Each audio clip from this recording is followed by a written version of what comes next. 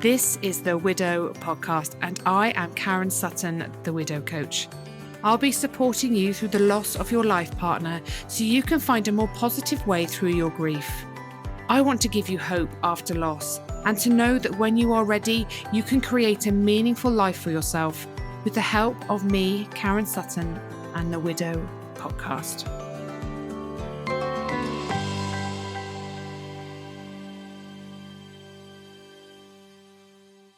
Hello and welcome back to the Widow Podcast. In this episode, I want to talk to you about building resilience. I have this question a lot in my communities. It comes up a lot in my support groups on Facebook. How do we become more resilient? How do we learn how to adapt, how to bounce back, how to cope when we experience hardship, trauma, loss? Now, the loss of a life partner, as we know, is huge. It's profound. The impact it has on us is so much more than I think we, as the griever, imagine. And it's definitely so much more than those around us supporting us understand. Because it's such a long journey. And I think there's an element in all of us that, unless we've had a profound, significant loss in our lives, that there's an end point that we will find our way through it in a certain amount of time. And I did, after Simon died, I remember thinking after 6 months, this is going to be so much better. And then after the first year, I thought, I'm properly going to have my stuff together. And I didn't. And, I am now in my 8th year. And as you know, as I've shared on this podcast, there are still times when things are hard and heavy, and my grief, not only does it have an impact on me in terms of I'm grieving, but the ongoing effects of losing a life partner are there for life. And it's learning to live alongside our loss, our anxieties, our trauma, and finding a way of creating some peace in our hearts, our souls, our minds, allowing us to create a life that can feel full and meaningful and joyous, and whatever we want that to look and feel like. It doesn't just happen. We have to work at it. And this is what we do in my 12-month program, Finding Hope in Widowhood. We work. We do the work together. And it is so powerful because it's not so much the amount of time that passes that matters. It's what you do with the time that passes. It's all about the choices that you make and the way in which you choose to show up for yourself. And they are choices. They're big choices. And sometimes we don't recognize the amazing choices we're making every day. And sometimes we don't recognize the choices we're actually able to make within our grieving journey to help us find a way forward. Because we can. We absolutely can. It is possible to create something meaningful and peaceful and joyous after loss. Now, that's not to say it's perfect. Again, as you know, I've shared in this podcast many a time, my life is amazing. It's rich and it's full of love. And I'm in an incredibly wonderful place that I'm so grateful for. And I have the impact of Simon's death coming with me, and it shows up in many different ways. And in order to find my way through it, I've had to learn how to build on my resilience. I've had to learn how to get myself back up when life is knocking me down, and it does, and it continues to, because that's life, right? And this isn't about toxic positivity. This isn't about saying, we're not allowed to be down, we're not allowed to feel sad or angry or hurt or upset. Being resilient doesn't mean that you don't ever experience those heavier, harder emotions and feelings. For me, I think it means that you know how to support yourself through them. And that's a big thing. That's a big thing. So I think that we have to cultivate this inner resilience, and we have to find our own unique ways of paving our way forward, of supporting ourselves through this, because nobody's coming to save us. Nobody can do the work for us. And it is our responsibility to find our way to our healing. And it's an inside job. And I think we can spend a lot of time looking externally outside of us for answers, for quick fixes. We have expectations on others and what they can do for us and what they can provide for us. But ultimately, our healing is our responsibility. And that doesn't mean that we have to do it by ourselves. Of course it doesn't. This is why I have my membership. This is why I have my 12-month program, because what I love to do is bring people together. And bringing people together that are going through something similar is so incredibly powerful. Just the shared wisdom and strength and the support and the encouragement and the understanding and that safe space is life-changing for so many. And it's not about doing it in isolation. We can't heal in isolation. It's learning how to find our own way from within and building that confidence within ourselves that we can find a way through this. So I've kind of created my own framework around resilience and what I think that means and what it looks like and what it's looked like for me. And I think that the sort of the main points that I think have been integral, excuse me, have been integral to my ability to bounce back after Simon died. But it's also a lot of the foundation of what I teach within my program, because there are building blocks, right? There are building blocks, and we have to create those solid foundations so that we can build up. I talked a little bit about foundations in my last episode, and they're different for everybody. That there's not one set way, and we will, because we're all different, right? And we all have different wants and needs and desires to enable us to find a way forward. It takes time, it takes patience, and like I say, it takes a good support network. And if we are able to be patient with ourselves, understand that it takes time, it's not an overnight job, we can take those small steps. Now, I've kind of broken this down into A, B, C, D, because I think it just helps to understand what we can do within ourselves to cultivate that resilience. So A is the attitude that you have for approaching life, grief, challenges that you face. It's your mindset that you hold, your general attitude to the way you typically think about things. And we all have this, and this is something that we have as a result of our upbringing, our parents, our peers, our colleagues, our experiences, our challenges, the books we read, the movies we watch.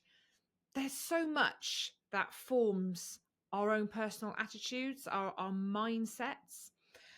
And sometimes we're not particularly aware of them. But I think that there's two kind of mindsets, and you've got the kind of the victim or the victor. And I decided very early on I didn't want to be a victim. I wanted to find my way through this in the best way that I could. I had no idea how I was going to do that, but I knew that that was what I wanted to do. And Carol Dweck has done a lot of work on mindsets, and she works around sort of having a growth mindset or a fixed mindset. And essentially, if you have a fixed mindset, the way you look at things is just the way you look at things. There's no changing it. You cannot see it from another perspective. You hold yourself in that place with your belief systems, your attitudes, and there's no growth. There's no adapting. There's no changing. Or you have the growth mindset where you recognize that as much as you don't know how to do something yet, you can learn. You might not know it right now, but you can figure it out. There's potential there to learn, to grow, to understand, to see things from a different perspective. And I think if we can work on that, which again is what I love doing in my program, is helping people develop that growth mindset so that they don't become a victim of their circumstances. So an easy way to tell, and I used to be a bit of a victim. I used to have a bit of a fixed mindset. I had to cultivate my growth mindset, and my ability to rise, because it didn't come naturally to me. I would give up. I would quit. I would think that my abilities had limitations. I would think that I couldn't do something because I didn't have the qualifications. I wasn't clever enough. I wasn't thin enough. I wasn't pretty enough. I didn't have enough money. I didn't live in the right place. That wasn't available to me because of X, Y, and Z. And I would find all of those reasons so that I could give up. I would be defeated. I'd say I can't. It's too hard. I haven't got it in me. And when things got tough, I would see that as a reason to kind of go, oh no, it's too hard. It's not for me. I'm never going to make it. Rather than thinking, yeah, this is hard, but I'm going to keep going, because if I don't, this is where I stay. And do I want to stay here? So it's looking, and it's using the word yet. I don't know yet, but I can learn. I can figure this out. I can ask for help. How you think about things will have a huge impact on how you approach your challenges. And recognizing that you have everything that you need within you. So your attitude, really important. B, being brave. B is for bravery. And it's a tough one, because we are brave every single day in so many moments. And sometimes we don't recognize it because we're doing things that we always used to do. And I've talked about this in my comparison podcast, comparing our reality now to what we used to have, and thinking that, we're not doing very well because we can't do the things that we used to do. But actually, just getting up in the morning takes so much courage and shows real bravery. To face another day without your person is huge. So it's absolutely recognizing where you are already being brave, but also looking at where can you continue to be brave? Where is there fear? Where are you not taking steps, stepping out of your comfort zone, doing something that makes you feel a little bit uncomfortable because you're scared? And when we don't face our fears, when we hold ourselves in that space of fear, again, we are holding ourselves back from discovering what feels good, what doesn't, what supports us, what doesn't, what possibilities are out there for us. You know, there's so much that we have to learn in this new life. And again, you know, I refer back to, I can't remember which episode it was when I was talking about, you know, becoming a widow is like a rebirth. It's like you're being born again into this world that you don't know, you don't understand. You are viewing it through a completely different lens. Everything looks different, feels different, tastes different. You don't know who you are. You don't know where you fit in. It's like an alien planet that you have been plonked on, and you just don't understand it anymore. And it's like being born again. You know, you've got to learn a new way of thinking and being and behaving, because what we had, what we did, who we were, doesn't quite fit in where we are. And that takes a lot of adapting, a lot of evolving, a lot of processing. And if we aren't able to step out of our comfort zone and do things that feel a little bit uncomfortable, how are we ever going to learn who we are and what we want and what helps us?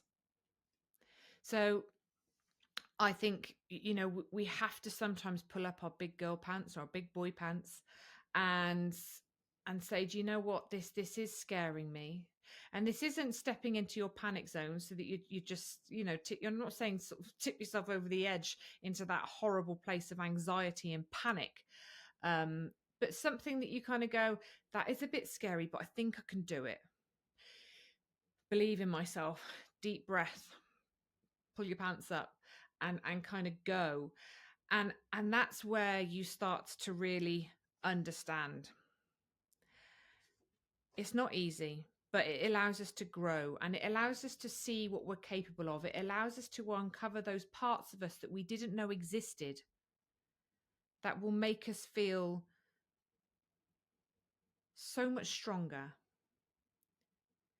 give us a confidence boost, but also help us to explore within ourselves what it is that we want, need, and desire in this new chapter, in this new book of our lives. C is compassion. And you hear me talking about this all the time, so this won't come as news to you. Self-compassion, it's a really difficult one that we struggle with, because I don't think we are necessarily used to prioritizing our own needs and putting ourselves first. We're not used to talking to ourselves with kindness and care. We are self-critical. We are constantly judging ourselves. We are putting ourselves down. We are looking in the mirror. We are using unkind words. We aren't listening to how we feel and what's showing up for us. We're overriding it because we think we should be somewhere else. We think we should be doing better. And it's just constant. And it's learning how to be kind and caring and treating ourselves like we would a good friend, like somebody we really love, and understanding that everything we're experiencing is valid, and finding a kind way of responding to that in that moment, thinking about what we need and how we can soothe ourselves and how we can find that way forward. It comes down to understanding your grief and yourself a little better. And this all comes from self-compassion and understanding that the words that you say to yourself are the most important words that you will say to anyone ever, and how you speak to yourself reflects out. It has an impact on how you show up, the energy that you give, how you treat others, and it can really shift things. And I think if we can learn to be kinder to ourselves and support ourselves in the best way possible, we become so much more resilient. We become so much more powerful, because when we're knocking ourselves down, we're disempowering ourselves. But when we're building ourselves up, we're being kind. We are building our confidence and our self-esteem, and we are giving ourselves the time and space that we need to understand ourselves. And when we understand ourselves, when we can look after ourselves, we are in a much better position than if we don't. And D, desire. Your drive to want to create something good again. It's your why. Now, I had this very instinctively, very, very early on after Simon died. As I said before, I absolutely did not want to become a victim of his death. I refused. And as I said, I didn't know how I was going to do that. But very instinctively, I had this inner desire, this drive that got me to take the action I needed to take so that I absolutely did not become a victim. Now, I made some questionable choices in my grieving journey. Of course I did. There were things I did that really weren't very helpful. There were times when I didn't have that drive and that desire. It's like, this is too hard. I can't do it. It's taking too long. I'm not capable. Of course you do. And that's okay. It isn't about permanently being focused and saying, yeah, I'm going to do this. I've got this desire. I've got this drive, and I'm focused and I'm working towards it and I'm not giving up. It's not about that. It's having an inner depth of understanding as to what you are working towards.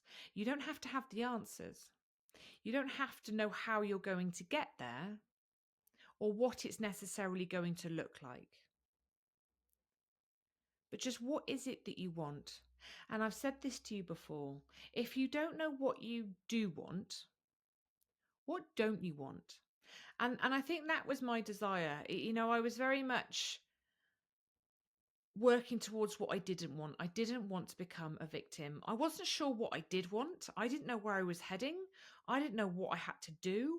I didn't know how to get through the next 5 minutes, let alone the 5 weeks, months, years that lay ahead of me.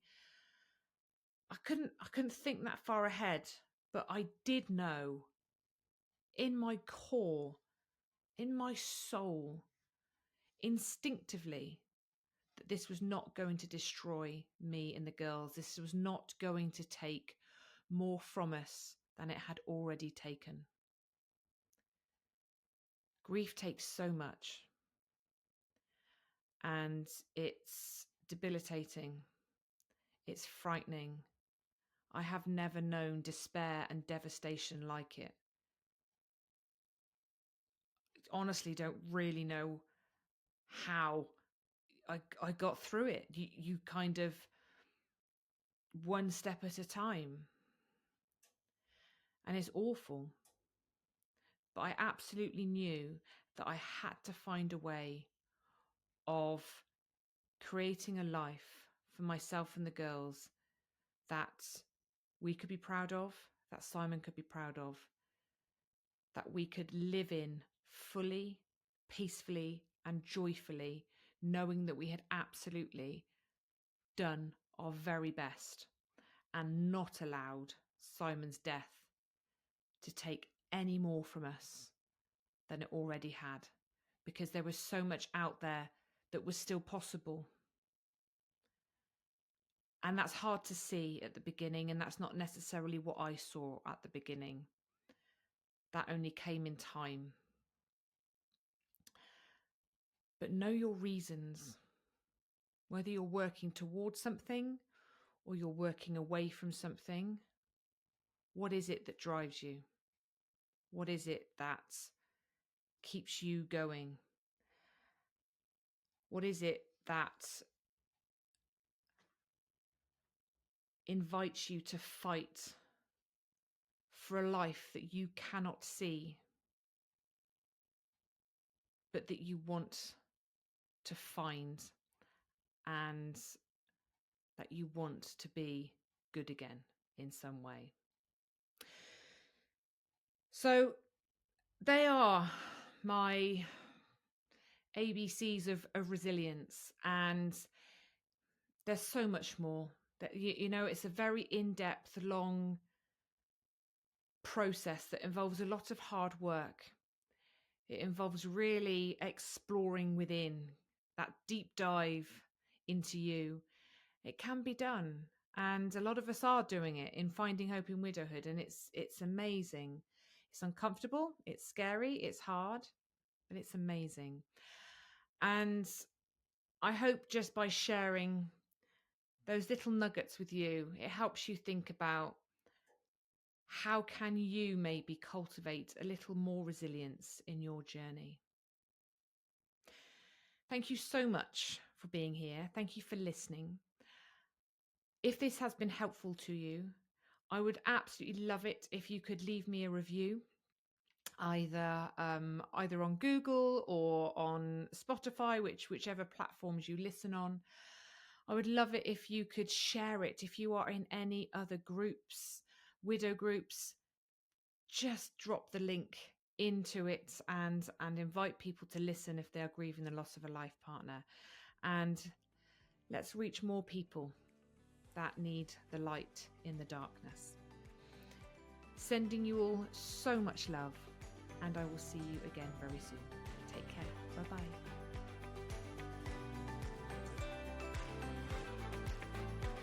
Thank you so much for listening to the Widow podcast with me, Karen Sutton. If you would like to be part of a supportive community of people who understand your grief, come and join my free Facebook group, Widowed and Rising. And make sure you tune in to the next episode of the Widow podcast.